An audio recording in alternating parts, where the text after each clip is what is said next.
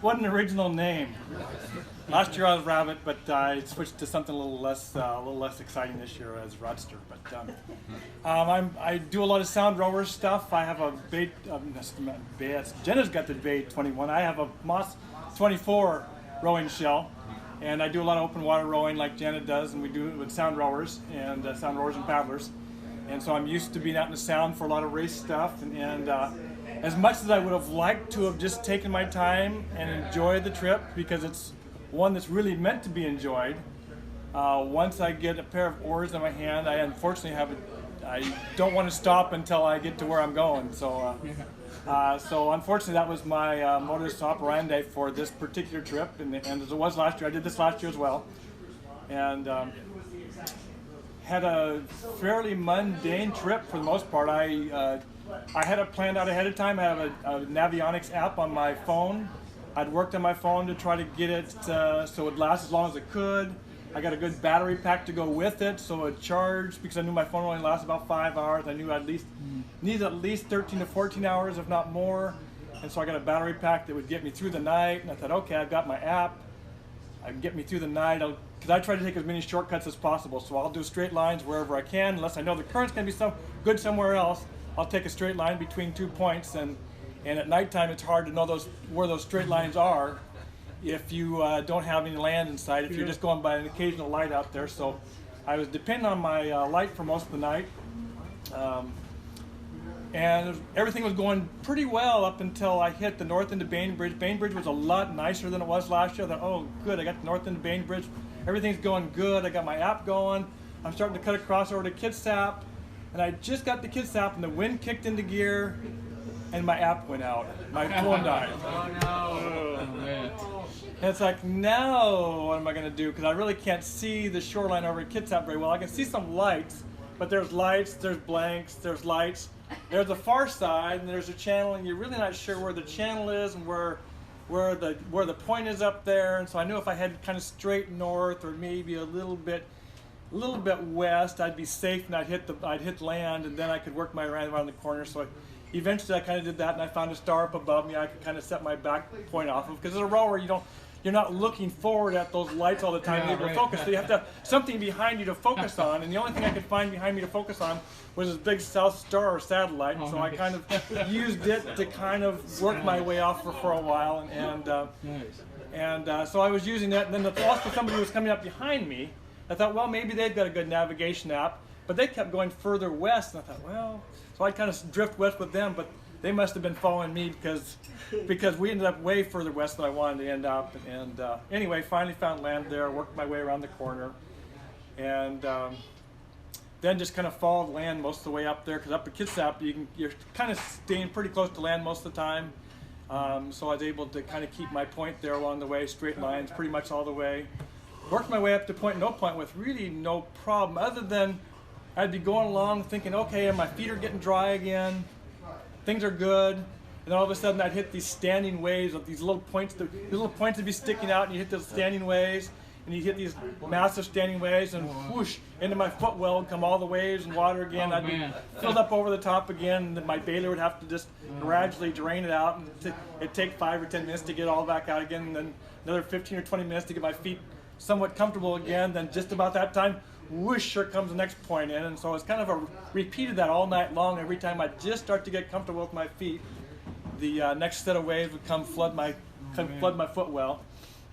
And anyway, so I continued along with that, and starting to get a little tired. Last year I didn't get tired at all. This year I got a little sleepy about 2 in the morning, 2:33, 1 o'clock in the morning. Like, oh, I hadn't dealt with this at all last year. And just about the time, it's like, no, this is getting a little bit more than last year. I mean, a little bit much.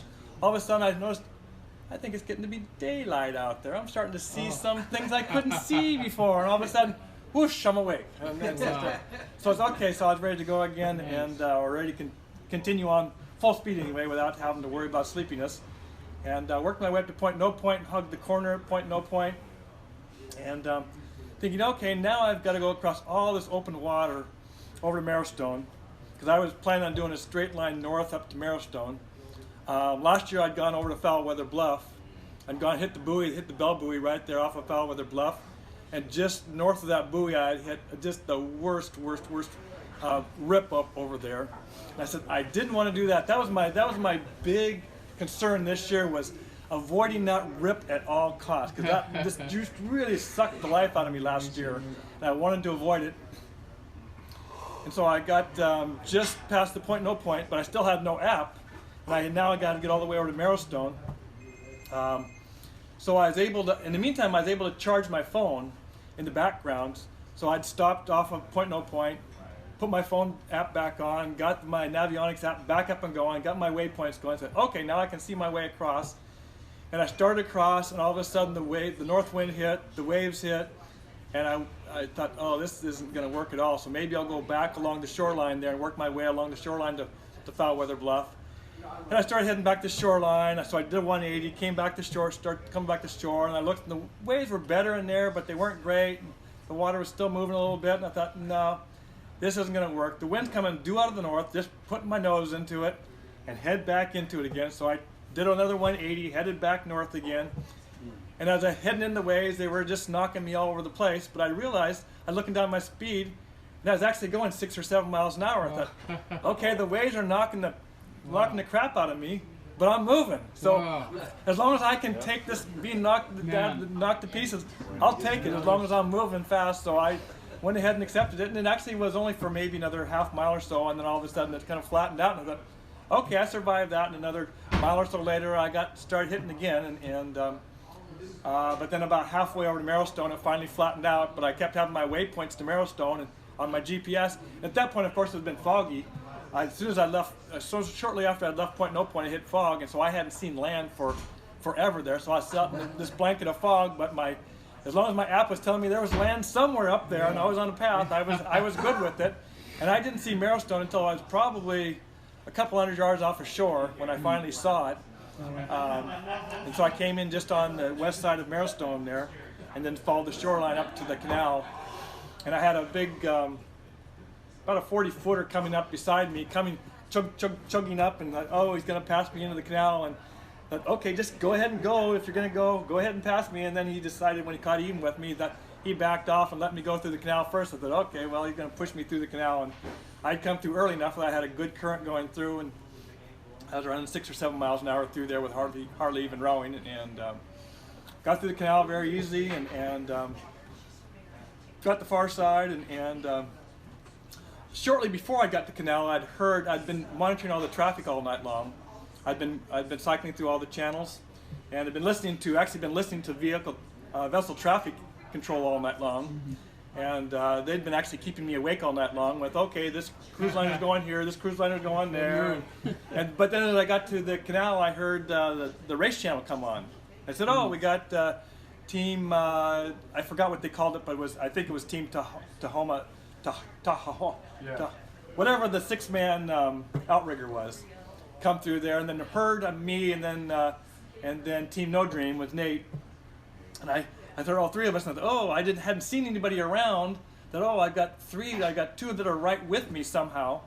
And so I thought, well, I guess I better keep going, either to catch somebody or keep somebody off my tail, one of the two, since I didn't know where anybody was. I really hadn't seen anybody all night long. I mean, I saw 1 or 2 lights here or there every so often, but I'd go for 3 or 4 hours at a time without seeing any of the lights or hearing anybody else, and that was basically my whole night, and my whole 3/4 of my trip was basically a boat every hour or 2 hours I'd see go by. But in any event, so just to hear that there was a boat nearby, I said, okay, well, I better keep moving. So I got through the channel, got the far side, and the sun came out, and I had all my night clothes on. I said, oh, it's time to strip. So I stopped and stripped off all my night clothes, and I was just getting all nice and comfortable. Got a nice drink of water, and all of a sudden I see a little speck in the background. Oh, somebody's on my tail. So time to move along again. So I started taking off, and that is a long last 6 miles. It's flat water, the sun is out, it's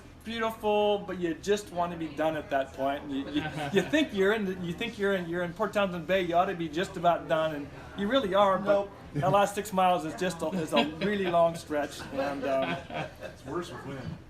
I know it could be worse with wind, but last year was perfect. This year was perfect. It was just a nice. The only trouble I had in there was as I was I kept trying to head towards the ferry dock, or towards the area of the ferry dock. I lost my GPS app again right when I hit the sub base there. And so I couldn't get my last point. And again, pointing backwards, it's always hard to challenge to figure out where that point was. So I kind of figured out about where the ferry dock should be, kind of pointing that area. But I kept finding myself moving over to the west. The current kept pushing me over to the land, and so I ended up hitting land right at the ferry dock, or hitting shoreline at the ferry dock as opposed to hitting straight to the finish line dock.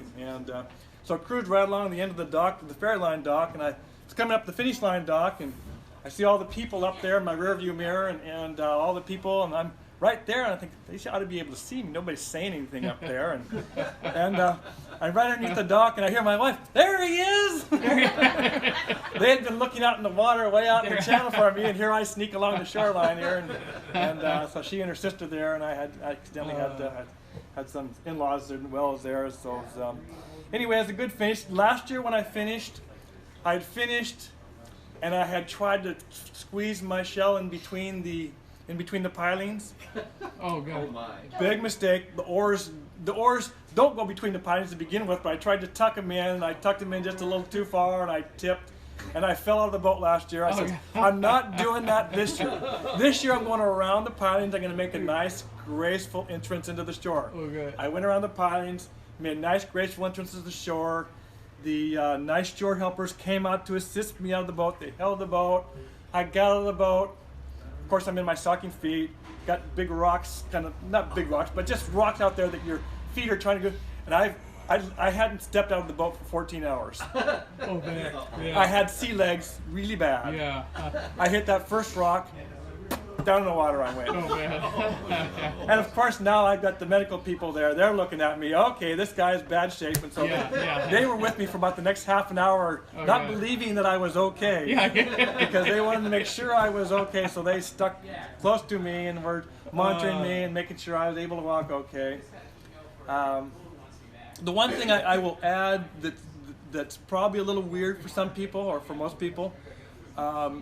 It's worked for me the last 2 years, and I've done it for other races as well, is I did this sans calories.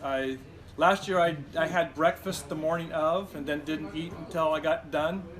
This year I didn't eat since Thursday night dinner. So I ate Thursday night dinner, I had a good full dinner Thursday night, and then all I had was water. The only nutrition I had was water between Thursday night dinner and when I finally landed ashore on Saturday morning. I work off of ketones. I don't burn carbs and glycogen. I work off of burning fat and ketones, and so I was in ketosis the whole journey. And energy was never an issue. My butt had issues, and other things had issues, but energy was never really a problem, and it works for me. And I've been using it for the last couple of years, like I say, for all my races and for endurance racing and a little weird. Some people say it's a little weird, but it works for me. But show us your arms. Yeah. Arms? Yeah. Okay. Serious forearms. Yeah, those can do something different. Yeah. Oh, I don't know. Forearms. They look like working. machines. He doesn't have tennis Yeah, elbow they on could. either elbow. No. Yeah, no. Well, I spend a little time on the water. I didn't do a ton of training. I would go out every week and spend one long day every week. But I've been doing Sound Roars for about 4 or 5 years now, and we do all of our races race between 5 miles and 26 miles. So I've done several marathons, and it's just kind of what I do. I'm not a fast boat.